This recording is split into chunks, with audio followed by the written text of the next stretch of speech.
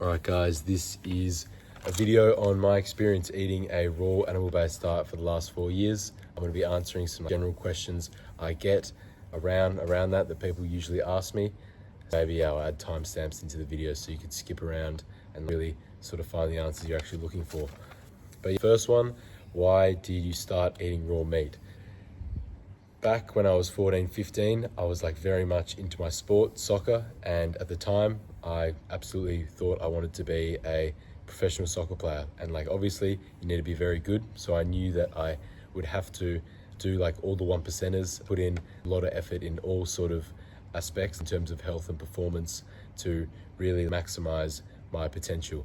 And a coach, he recommended the raw Primal diet and recommended the raw foods, and just sold me on the idea that when you maximize your health, you're going to be maximizing your performance, because obviously your health is a function of the body. Performance is the expression of your body through movement and through stress, essentially. Just made sense, obviously, as to be the best athlete, you want to be on the best diet, all that sort of stuff.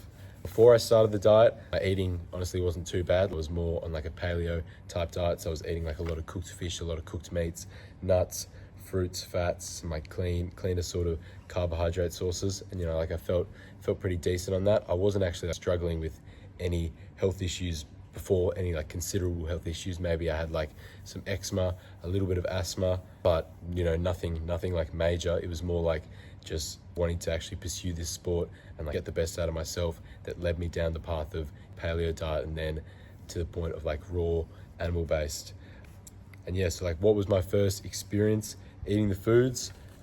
At first I was a bit like wary, like I might get sick, maybe I should do this slowly. I obviously didn't know anyone besides that coach who ate these raw foods and who had done well and thrived on these raw foods for a long period of time. I was like sort of just trying to be careful myself. I was having a lot of kangaroo at the time, still do, but I was searing the kangaroo mince just on each side, and then I was like cooking the eggs, so like half the egg white would be cooked, half would be raw, and then the yolk would still be runny. But then I was just in the kitchen like a few days into starting this transitional diet, and I was just like realizing, what the fuck am I doing? Obviously just searing mince isn't going to be killing any bacteria that's in the completely raw parts. Still basically just eating completely raw foods. From that point on, I was like, okay, yeah, I might as well just completely stick with the raw foods. I'd felt fine in those few days, and then like in the first few months basically I felt completely fine, and I really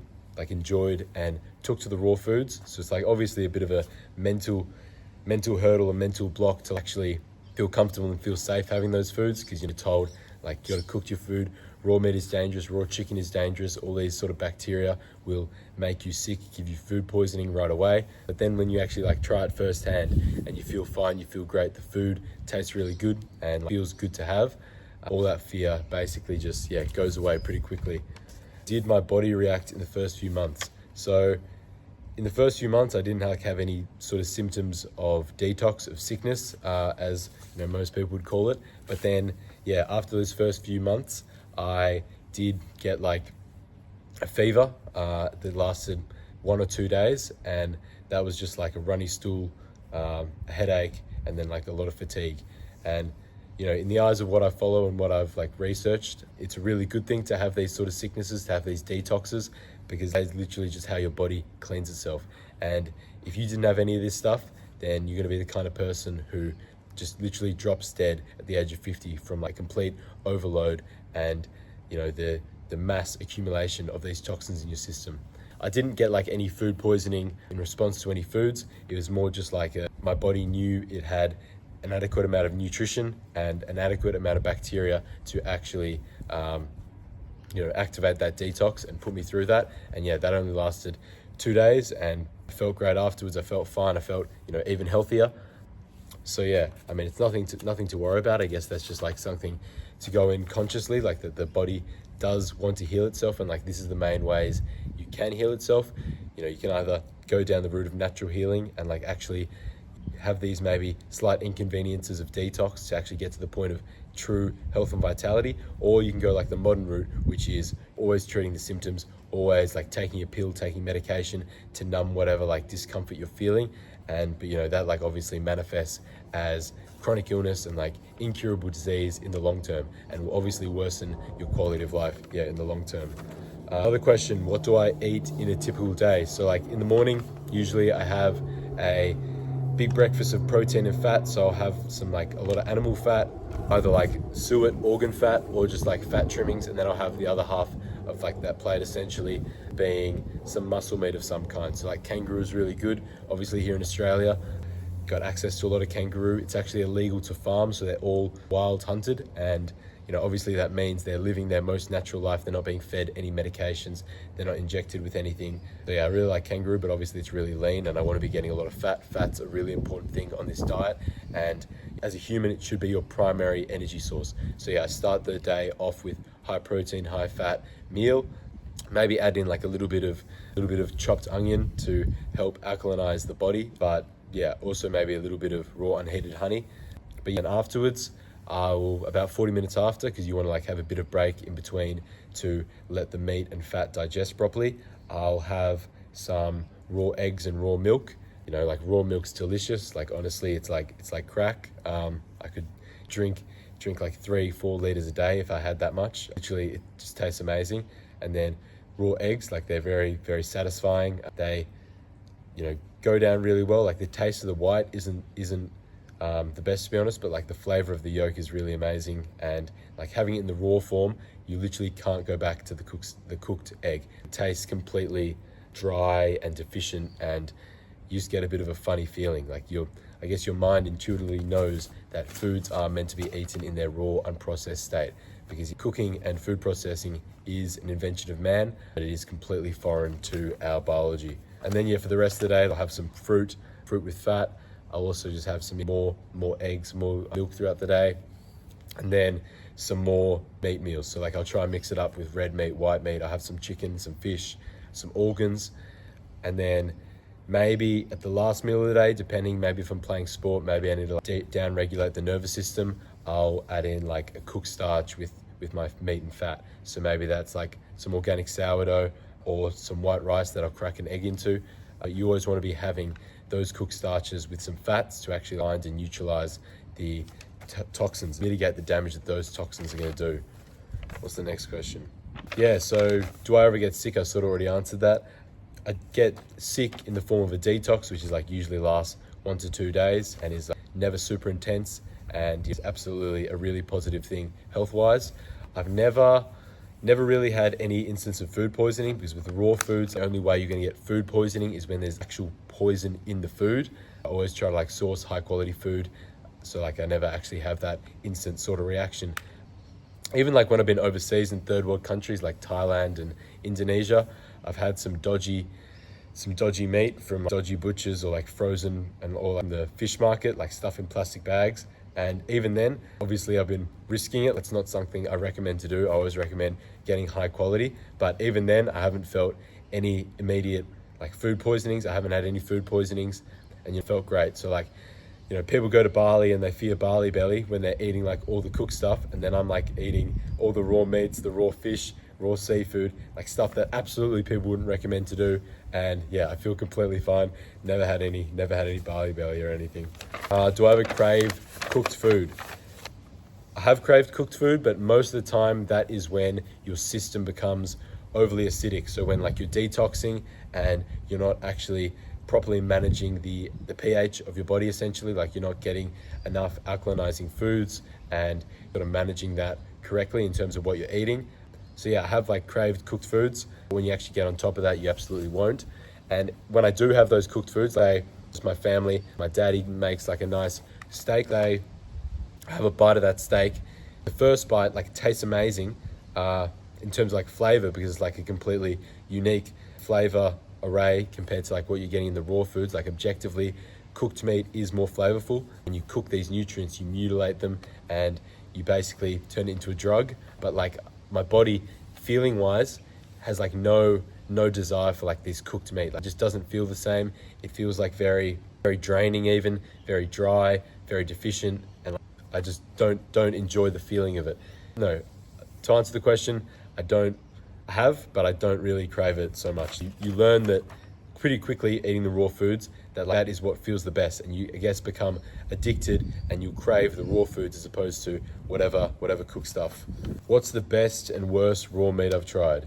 So the best raw meat, if it counts as a raw meat, oysters. Like, they're just delicious, super nutrient dense, absolutely addictive. The flavor is very mineral rich, and it just tastes really amazing. I also really like brain. I've had lamb brain quite a few times, and that's very fatty. It's primarily made of cholesterol, and that is a really nice fatty sort of food. Obviously I like red meats like steak, lamb's really good. I like kangaroo.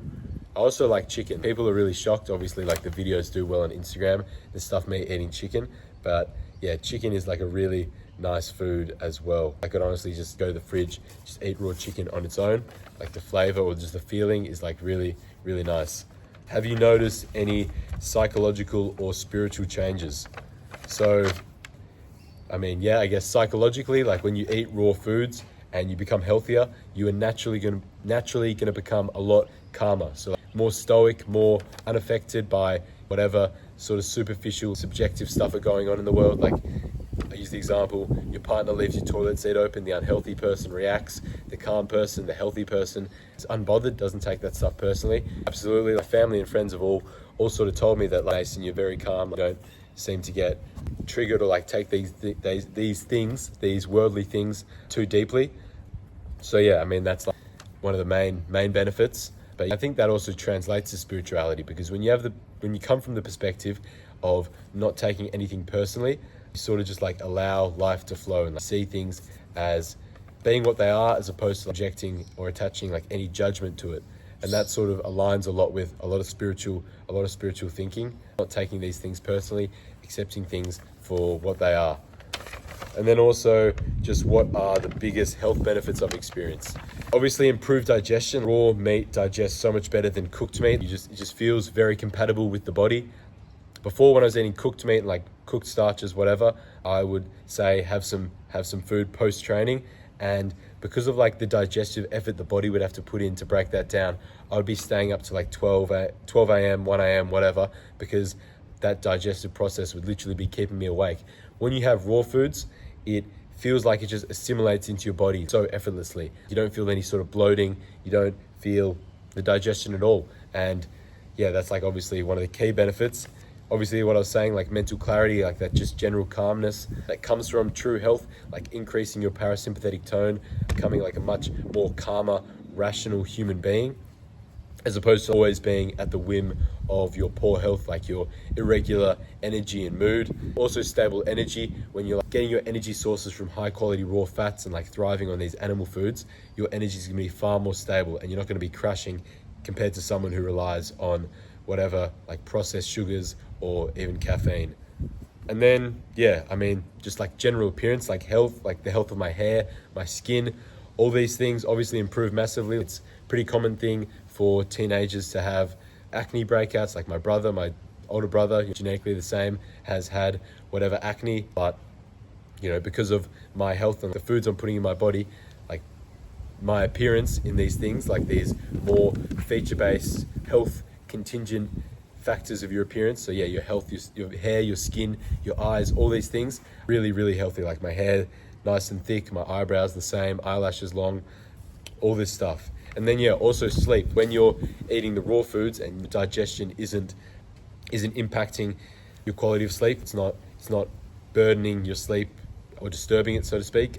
Absolutely, my sleep is improved through the raw foods, just because with raw foods, they've got the raw enzymes, the raw bacteria, and that means that they can do a lot of the digestion by what is already in the food. It's not your body having to exert itself so massively. And then also, when you're just getting adequate nutrition, you're able to produce whatever melatonin to actually get that deep restful sleep. Sleep's improved, that's a big one. And then, what would you recommend for someone who wants to try raw? I obviously said I ease into it a bit. That was basically because I didn't know anyone on the diet, didn't have anyone besides the coach to fully guide me and fully give me that needed attention and needed guidance to have that confidence in doing it. But with the clients I work with and the family and friends I've gotten to try it, I don't ease them into it. I'm like stern with them, like absolutely be strict with yourself, just jump right in. It's not a matter of discipline when you actually realize that the foods taste good and that your body becomes addicted to them and realizing that they're more nutritional and more optimal. That's something that you hear all the time. It takes a lot of discipline to follow whatever paleo, maybe whatever carnivore sort of diet. But when you're eating like these raw foods, the foods that you are biologically meant to have, it's not a matter of discipline because you literally want to have this stuff and you feel good doing it. I'd recommend jumping in head first, like just having your first raw meals, making sure it's high quality, obviously, like setting up that stuff and maybe planning a little bit what you're going to eat day to day. But there's no reason to procrastinate and there's no reason to like hold it off. People think, oh, it's a big change in my life, but just take it day by day. And like before you know it, there's no going back. You wouldn't want to go back. You'll like fall in love with that way of eating. Next question, would I ever stop eating raw meat? At this point, absolutely not. Like it'd make no sense to me. It's not like a strain or a burden for me to do. It's something that I love doing, a way of eating that I absolutely enjoy. I definitely could not see myself going back to any definitely conventional diet, let alone cooked diet. I don't know what reason I'd have for that. I'm absolutely loving what I'm doing now, and no, I'm really enjoying that. And like long term, my longer term plan is obviously like having my own farm, hunting my own food, growing my own food, having my cows to get the milk, and building a lifestyle and like a life around this raw, natural way of living. That's something I'm really excited for. Those are some general summary of my experience eating the raw foods, some like good insights. I hope it is helpful to you guys. I would absolutely recommend you start eating some raw foods. Get some high quality red meat from a good butcher, grass-fed butcher. Actually take the first bite, get over like that mental block of, oh, what if I get sick? What if I die within 20 minutes? Absolutely not. I've been eating it for 4 years and all I can say is good things about it. Thanks for watching, guys. Let me know any questions you have in the comments below. Obviously, I'm sure you already are, but follow me on Instagram. I do offer whatever one-on-one mentorship there, so you can either just send me a message or just reach out with general questions. I'm always happy to help. Thanks, guys.